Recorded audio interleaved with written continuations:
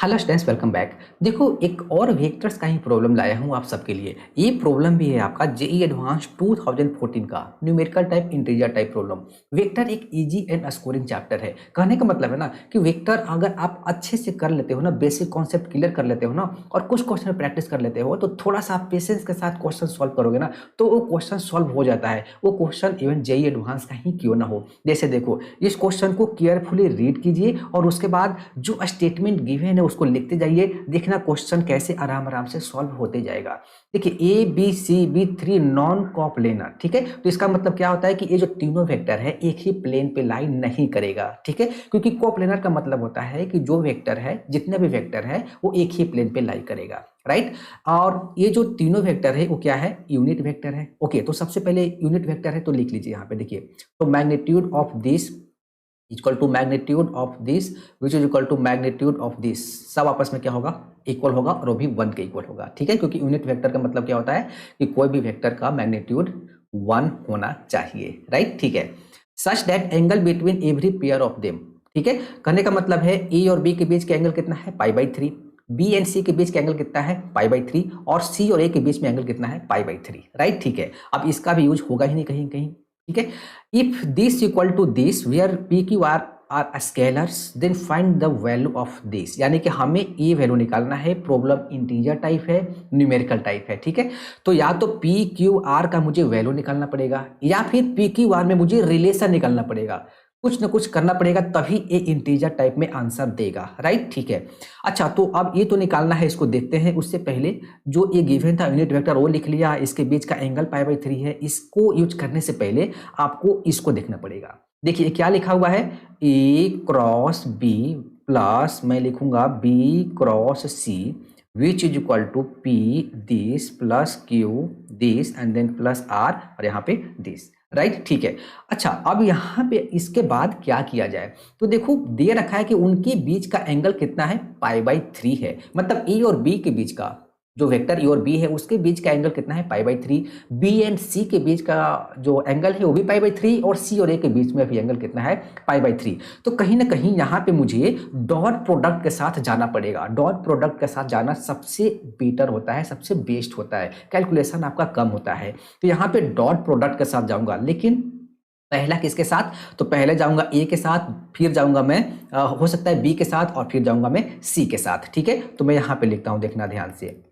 Taking its dot product with a vector, b vector and c vector, right. देखना ध्यान से। अब मैं अप्लाई करता हूं पहले क्या?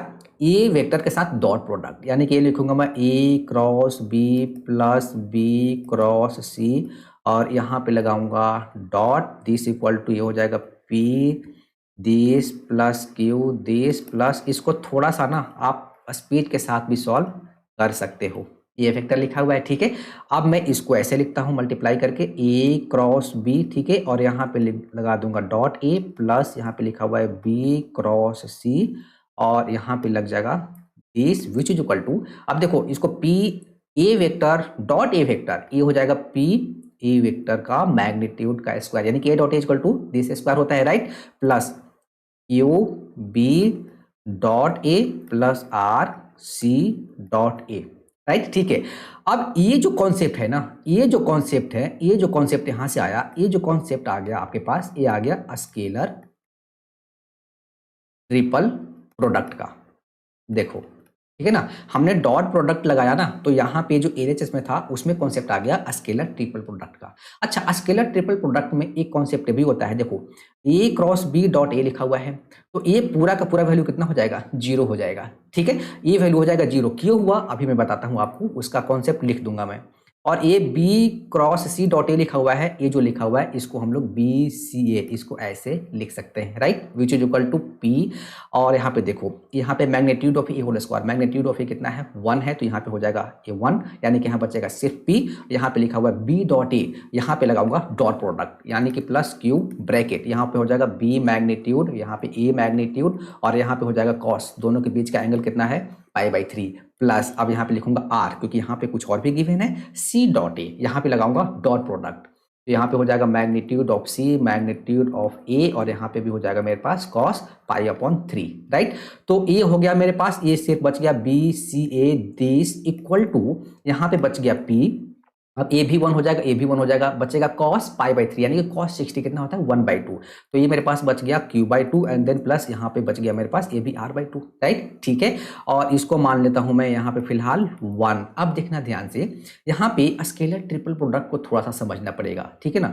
तो यहाँ पे स्केलर ट्रिपल प्रोडक्ट आपको वैसे पता भी होगा क्या होता है ये होता है जैसे a क्रॉस b, ठीक है, और यहाँ पे लगाया हुआ है डॉट c, ठीक है। तो इसको हम लोग लिखते हैं a b c, ठीक है। कहीं कहीं आपको मिलेगा a डॉट और b क्रॉस c, ये भी सेम ही लिखा हुआ है, राइट, ठीक है। अब यहाँ पे है कि यहाँ पे जो a b c है ना, ये जो a b c है ये क्या होता है बी सी ए के इक्वल होता है, और ये होता है सी ए बी के इक्वल होता है, ठीक है।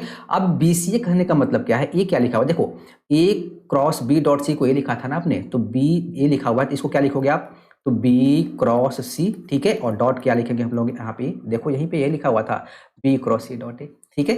ये हो जाएगा मेरे पास क्या बी सी ए। अच्छा सी ए बी को क्या लिखोगे, तो सी क्रॉस ए, ठीक है, दिस, और डॉट कितना हो जाएगा बी हो जाएगा, ठीक है। तो मतलब ये तीनों आपस में क्या होता है इक्वल होता है। और एक और इंपॉर्टेंट है कि अगर मैं निकालता हूं ए क्रॉस बी लगाया, ठीक है, और यहाँ पे अगर मैं लगाता हूं इसके साथ डॉट प्रोडक्ट ए का, ठीक है, ये स्केलर ट्रिपल प्रोडक्ट ही है, तो दो वेक्टर अगर सेम होता है ना, उसका रिजल्ट हमेशा क्या होता है 0 होता है, ओके। तो ये भी आपको याद रखना है। तो ये तो हो गया कॉन्सेप्ट, ठीक है ना, इसको आपको नोट कर लेना, ये तो बेसिक आपको पता भी होगा, ठीक है। तो एक इक्वेशन ये आ गया, अभी आपको लगाना है डॉट प्रोडक्ट विद बी, ठीक है। तो बी के साथ लगाएंगे तो यहाँ पे जो गिवन है उसको लिखना पड़ेगा ना, a cross b, b cross c, देखो यहाँ पे लिखूंगा a cross b plus b cross c, और इसके साथ लगा रहा हूं डॉट बी, ठीक है।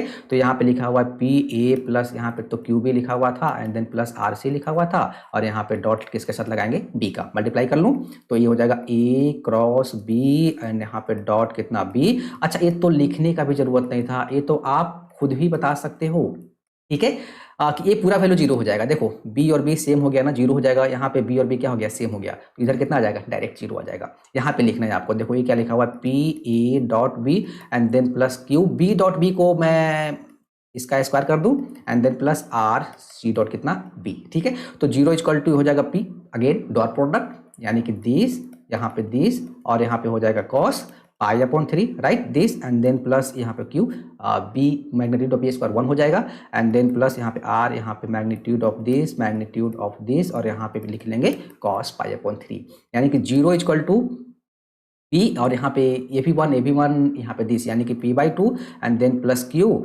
एंड प्लस ए भी हो जाएगा मेरे पास r/2, right, this equal to 0, ये हो गया मेरे पास सेकेंड। अब क्या, अब हमें लगाना है डॉट प्रोडक्ट विथ सी, ठीक है।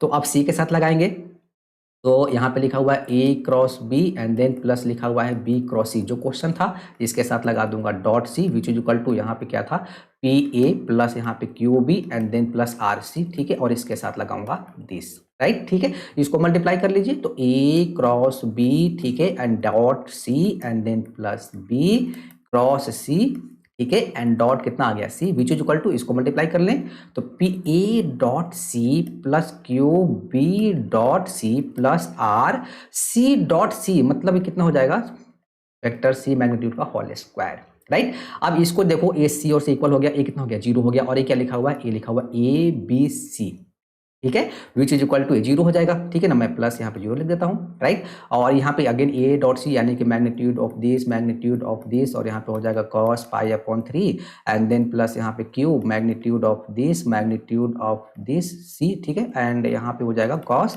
पाई अपॉन 3 एंड देन प्लस यहाँ पे आर, क्योंकि इसका वैल्यू 1, राइट, यानी कि a b c equal to यह हो जाएगा पी ए भी 1 again p/2 and then plus a भी 1 कितना हो जाएगा q/2 प्लस आर, और ये हो गया मेरे पास थर्ड। अच्छा अब देखो तीनों हो गया ना, जब तीनों हो गया तो a b c equal to कहाँ गिवन था, बी सी ए गिवन है ना।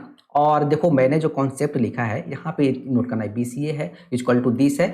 अच्छा और मैंने आपको बताया है कि जो बी सी ए होता है वो BCA होता है, ABC और CAB सब आपस में क्या होता है, इक्वल होता है। तो कहने का मतलब है ये जो रिजल्ट लिखा हुआ है मैंने यहाँ पे, ये जो ABC लिखा हुआ है, क्या ABCA के इक्वल है क्या?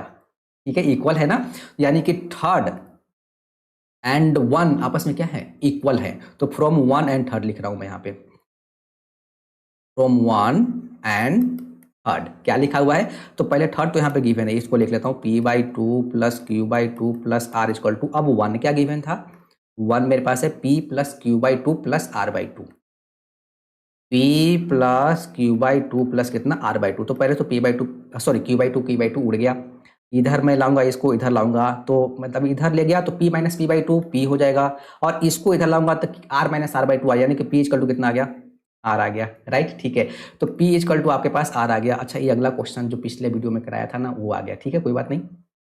तो P इक्वल टू R आ गया, देखो रिलेशन निकल गया ना। अब यूज कर लो किसका, सेकंड का यूज कर लूँ, सेकंड का। तो सेकंड का यूज करता हूं तो मेरे पास यहाँ पे देखो P इक्वल टू कितना आया हुआ है, R आया हुआ है, इसको आपको नोट कर लेना है, राइट। अब यहाँ पे वैल्यू पुट करता हूँ, तो 0 equal to P/2 and then plus Q and then plus, यहाँ पे डाल देता हूँ मैं P/2, ठीक है। तो यानी कि Q इक्वल टू कितना हो जाएगा, अगर P/2 प्लस P/2 P हो जाएगा, या Q इक्वल टू कितना हो जाएगा, माइनस P हो जाएगा, एक रिलेशन नहीं आ गया, ओके। यानी कि R का value in terms of P, या फिर आप ऐसे बोल सकते हो R का वैल्यू आ गया दिस और Q का वैल्यू आ गया दिस, मतलब R का वैल्यू Q का value in terms of P निकाल दिया। वैल्यू पुट कर लीजिए, अब देखिए आपको जो निकालना है, क्या निकालना था, यहीं से देखो P² plus 2Q² plus R² upon Q², okay, 2Q², okay okay okay, P² plus 2Q² plus R² divided by I think P² या फिर Q², माई मिस्टेक, Q², यहाँ पे गिवन है Q² और रेस लिखता हूँ, देखो क्या लिखा हुआ है Q²। अच्छा, तो दो रिजल्ट, P इक्वल टू कितना आया हुआ था, R आया हुआ था, ठीक है, एंड P इक्वल टू कितना आया हुआ था, आई थिंक माइनस Q आया था, या फिर Q इक्वल टू आप बोल सकते हो माइनस P आया हुआ था, देखो आया हुआ था ना, देख लेता हूँ एक बार फिर से, Q equal to minus P correct है, ठीक है। तो रिलेशन ऐसे निकल गया, वैल्यू पुट करना स्टार्ट कर दीजिए। तो अगर मैं P² को छोड़ दूं, प्लस यहाँ पे लिखा हुआ 2, Q का वैल्यू कितना है, माइनस P का स्क्वायर कितना हो जाएगा, P² plus R equal to कितना है P, यहाँ पे हो जाएगा P² डिवाइडेड बाई, अच्छा यहाँ पे Q² Q का वैल्यू कितना है, माइनस P का होल स्क्वायर कितना हो जाएगा P² which is equal to 2 3 4, यानी कि 4P² अपन में कितना आ गया, P² उड़ गया, विच इज इक्वल टू क्या आ गया, 4 हमारा आंसर आ गया, ठीक है। तो स्केलर ट्रिपल प्रोडक्ट और डॉट प्रोडक्ट, देखो कितना आसान से ये प्रॉब्लम सॉल्व हो गया। अगर बेसिक कॉन्सेप्ट के साथ हम आगे बढ़ते रहे तो इसको थोड़ा सा आप स्पीड के साथ सॉल्व कर सकते हो। अब इतना मैंने लिखा, ये लिखने का कोई जरूरत नहीं है ना, ये तो आपको बिल्कुल क्लियर होगा, ठीक है, ये भी क्लियर होगा। फिर आगे मैंने ये सब जो लिखा है, ये वाला वैल्यू, ये भी नोट आपको कर लेना चाहिए, ये भी आपको पता ही होगा, ठीक है। इसका अप्लाई करते करते बढ़े आगे। तो दो केस था, पहला तो है कि PQR का वैल्यू निकाल ले, या फिर PQR में रिलेशन ढूंढ ले, और हमने स्टेप बाय स्टेप क्वेश्चन को बढ़ाया। यूनिट वेक्टर गिवन था, लिख लिया, उसके बीच का एंगल गिवन था, उसका यूज करने के लिए इसका यूज किया, डॉट प्रोडक्ट का यूज किया, डॉट प्रोडक्ट का यूज किया, बीच में स्केलर ट्रिपल प्रोडक्ट का भी यूज हो गया। तो देखो बेसिक कॉन्सेप्ट क्लियर रहेगा तो क्वेश्चन ज़्यादा टफ नहीं है ना, क्वेश्चन सॉल्व हो जाएगा। अब यही है कि स्पीड के साथ करना है, कैलकुलेशन एरर कम हो। Thank you.